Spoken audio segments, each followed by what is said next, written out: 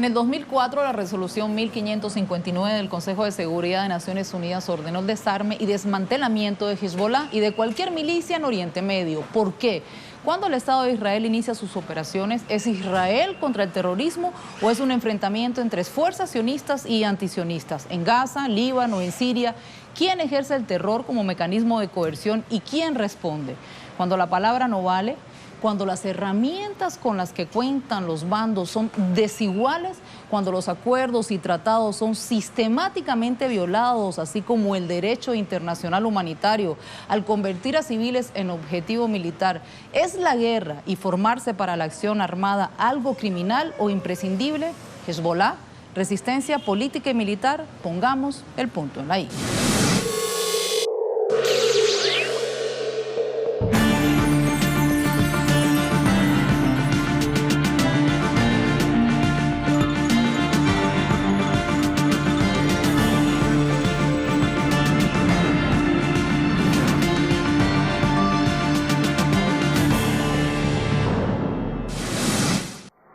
12 de julio 2006, Hezbollah Resistencia Islámica, que opera en territorio sirio y libanés, anuncia a través de su canal de televisión Al-Manar que había capturado a 2 soldados israelíes en el sur del Líbano.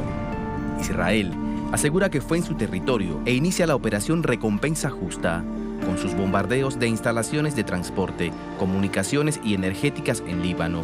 Hezbollah declaró la guerra abierta a Israel y para el 3 de agosto ya habían 900 civiles muertos y 3.000 heridos. Un tercio de las víctimas tenía menos de 12 años, según el primer ministro libanés Fouad Siniora. Luego se denunciaría el uso de bombas de fósforo blanco en bombardeos a zonas civiles por parte de Israel. El gobierno israelí lo reconoció. El 14 de agosto, 34 días después, cesó el fuego, pero por las víctimas, ¿quién respondió? Según indicó el jefe de operaciones del Centro de Coordinación y Acción de Minas de Naciones Unidas, Israel lanzó bombas de racimo en al menos 170 pueblos y otros puntos del sur del Líbano durante los 34 días de la guerra contra Hezbollah en el 2006. Tomando en cuenta estas acciones de Israel, ¿es Hezbollah un arma de resistencia? Es un arma de resistencia vital y necesaria porque el pueblo, ya sea el pueblo de Líbano, el pueblo de Siria, como corresponda el lugar en el que se encuentre Hezbollah, estaría ejecutando un acto de defensa, toda vez que, justamente como se afirma, Israel es un arma que se utiliza para dividir y para matar al pueblo en resistencia. Cuando se habilita el derecho a la defensa, tiene que haber una proporcionalidad. Si el sujeto está siendo atacado con armas de fuego, le genera el derecho a defenderse con armas de fuego. Indudablemente que una resistencia que se resiste exclusivamente a actos de gobierno, pues podría ser una resistencia pacífica. Pero cuando la resistencia tiene que realizarse frente a actos hostiles de guerra armados, la defensa armada es un derecho, es necesaria, es vital para un pueblo que se defiende. Los bombardeos israelíes históricamente no tienen comparación con la respuesta de Hezbollah. Sin desestimar la destreza del grupo de resistencia en cuanto a logística y estrategia, Israel utilizó aviones F-15 para bombardear constantemente en 2006. Nunca nación alguna lo había hecho, solo Estados Unidos cuando destruyó Hanoi en 1972. Sin embargo, nunca antes la derrota de un ejército moderno había sido tal. Cuando la ONU proclamó el cese de hostilidades, los desplazados regresaron espontáneamente, negándose a abandonar su tierra. ¿Acaso no es esto una cátedra de identidad? Hezbollah, partido de Dios en árabe, conservó su clandestinidad y desarrolló un ala política y parlamentaria a partir de 1989. Esto sin dejar de formar en combate a sus miembros. Tiene apoyo sirio, iraní y ruso y señalan un punto en común: el respeto a la soberanía y el derecho a la autodeterminación de los pueblos. Bueno, hay elementos comunes porque en el caso de Venezuela, Venezuela está siendo agredida. No solo es una agresión económica, también existen actos hostiles, militares, de guerra, de ataques a Venezuela, en donde efectivamente surge el derecho a la resistencia. A la resistencia, en este caso, si está siendo amenazada con actos de guerra, bueno, pues Venezuela tendrá que defenderse respecto de estos actos de guerra. El mismo caso para Rusia, que está siendo objeto de estos ataques terroristas, tiene Rusia que defenderse, utilizar su potencial militar para defenderse de acciones militares. En el caso de Irán ocurre exactamente lo mismo. Si tiene invasiones de factores militares en sus puertos, en sus fronteras o en los mares en los que hay divisiones que se vulneran por naves militares y de guerra, tiene necesariamente que defenderse militarmente. Estos son los puntos comunes que se dan entre la resistencia que hace Hezbollah, la resistencia que hace el gobierno de Venezuela a estos ataques militares, la resistencia que eventualmente los gobiernos como el de Rusia o el de Irán pueden presentar frente a estos ataques de fuerzas militares extrañas. El primer punto de la plataforma electoral de Hezbollah es salvaguardar la independencia del Líbano y protegerla de la amenaza israelí, salvaguardando la resistencia, el ala militar de Hezbollah y sus armas a fin de lograr la liberación total de las tierras libanesas ocupadas. Su actual secretario general, Hassan Nasrallah, es tildado por analistas como Thierry Meyssan como una mezcla entre los líderes mundiales Ho Chi Minh y Nelson Mandela.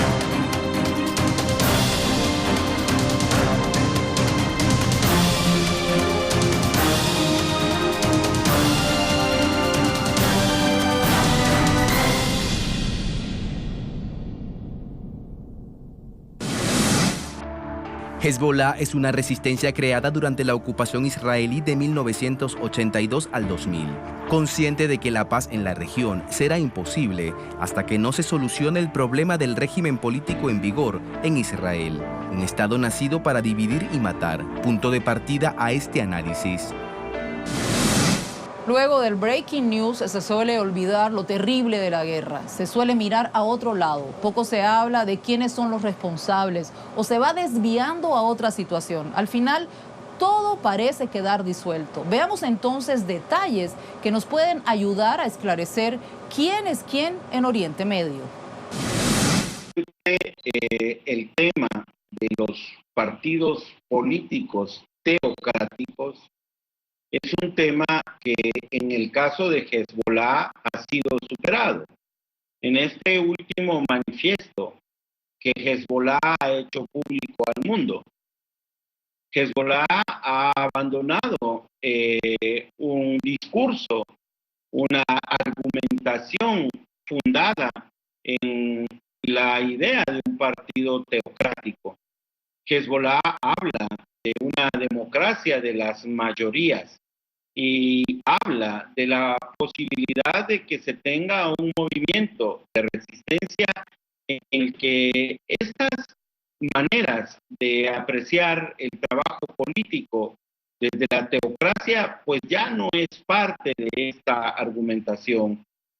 Podemos decir, sin lugar a dudas, no tenemos temor a equivocarnos, de que Hezbollah hace uso de un conjunto de conceptos y de argumentaciones fundadas en conceptos de la democracia de las mayorías, de la democracia que trabaja en contra de los, una democracia que incluye a los menos favorecidos y que trabaja en contra de aquellos que se posan violentamente en contra de los indefensos.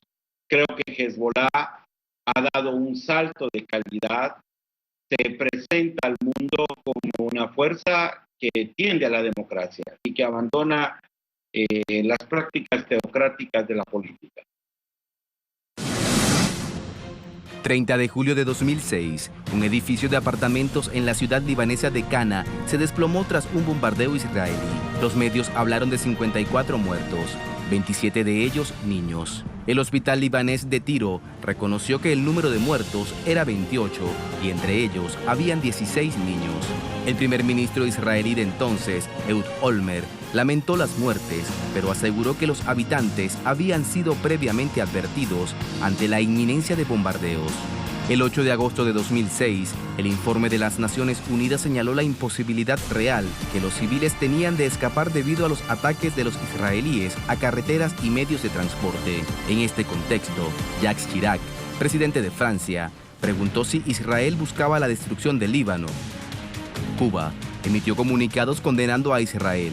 Putin, desde Rusia, no excluyó que Israel persiguiese objetivos mucho más amplios que la liberación de sus militares capturados.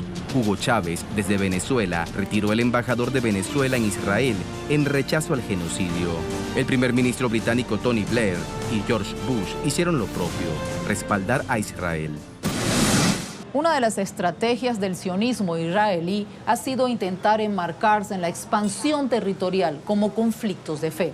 Aunque esto, según expertos, no es un asunto religioso. La cultura sí es un rasgo importante en las pugnas. Entonces, ¿cuáles son las bases morales e ideológicas de Hezbollah? La milicia, por supuesto, es una estructura de carácter militar. La milicia es una estructura armada. Cuando la milicia se encuentra en fases de organización y de estructuración sin armas, pues vemos ahí un movimiento político, en la militancia de un movimiento político, de un movimiento de resistencia, cuando la resistencia no es armada. Es una resistencia política, pero cuando se defiende de los actos militares, por supuesto que asume la forma de una milicia si esta resistencia es armada. Sin embargo, es bueno decir, porque lo hemos visto en las cámaras de televisión, que la resistencia de las poblaciones a estos actos armados ha sido con piedras, con palos, con materiales que no son necesariamente de fuego, no son arsenales, no son armamentos con los que la resistencia se ha estado defendiendo. En ese sentido, no hay excusa para que se utilicen fuerzas militares con capacidad de fuego muy grande en contra de poblaciones que hacen resistencia con armas que pues son absolutamente desproporcionadas, las piedras, los palos, los otros recursos que no son de potencialidades. No se puede usar ejércitos para reprimir de la manera que se está reprimiendo al movimiento de resistencia de las poblaciones que impulsa Hezbollah. Estos actos militares que ejecuta el ejército israelí podrían ser verdaderos genocidios. Lo espiritual tiene un rol fundamental en la causa de Hezbollah, pero lo político también es crucial. Dos acontecimientos dieron a la luz a Hezbollah la invasión israelí al Líbano en 1978 y el triunfo de la revolución iraní en 1979. Hezbollah opera en forma de guerrilla con armamentos disímiles. Por ejemplo, manejan viejos teléfonos en vez de los digitales, que pueden ser interceptados. Los enfrentamientos entre Hezbollah e Israel distan de los del pueblo palestino contra los sionistas, debido a que Hezbollah sí está equipado. Ya en 2006, contaban con lanzacohetes RGP-29, los más eficaces del mundo para ese entonces. Para 2006, Hezbollah era considerado por la inteligencia israelí como una guerrilla, con 250 o 500 combatientes, con armas sofisticadas.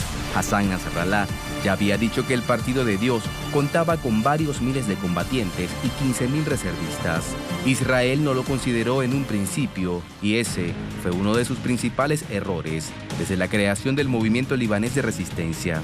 Sobre la organización, en septiembre de 2004, la resolución 1559 del Consejo de Seguridad de la ONU llama a la disolución y desarme de todas las milicias libanesas y no libanesas. Hassan Nasrallah ha reiterado: Hezbollah es una milicia popular y de ninguna manera una milicia. ¿Cuál es la diferencia? Ya hablamos sobre conflictos de fe, intereses culturales y políticos, y ahora hablemos de geopolítica. Aún existe una disputa territorial sobre una región fronteriza de 391 kilómetros cuadrados llamada las Granjas de Sheba, que sigue bajo ocupación israelí. Líbano y Siria afirman que es tierra libanesa, pero Israel y Naciones Unidas lo declaran parte de los llamados Altos del Golán, y por lo tanto, según muchos, territorio sirio ocupado por Israel. ¿Qué hay de estratégico en esa región? Porque los Altos del Golán, ya decía hace muchos años la señora Golda Meir que a cualquiera de las fuerzas de oposición de Israel le gustaría que en los Altos del Golán se posicionaran los cañones sirios para atacar a Israel, y lo decía como un argumento para justificar la invasión de los Altos del Golán. Es decir, desde el punto de vista de Israel, los Altos del Golán constituyen una posición de carácter militar, y este carácter militar se lo da la visión israelí porque así justifica su ataque armado, su conquista armada de los Altos del Golán. Pero no solo es una posición geoestratégica de carácter militar. En esta región de los Altos del Golán hay muchos yacimientos de agua. Podemos decir, sin temor a equivocarnos, que además de ser una guerra, un conflicto en el marco de las diferencias árabes israelitas, esta parece ser una guerra de agua, parece ser una guerra de control de las aguas, porque no solo son las vertientes de agua del río Jordán, sino también desde los Altos del Golán se puede tener el control completo de todo el mar de Galilea.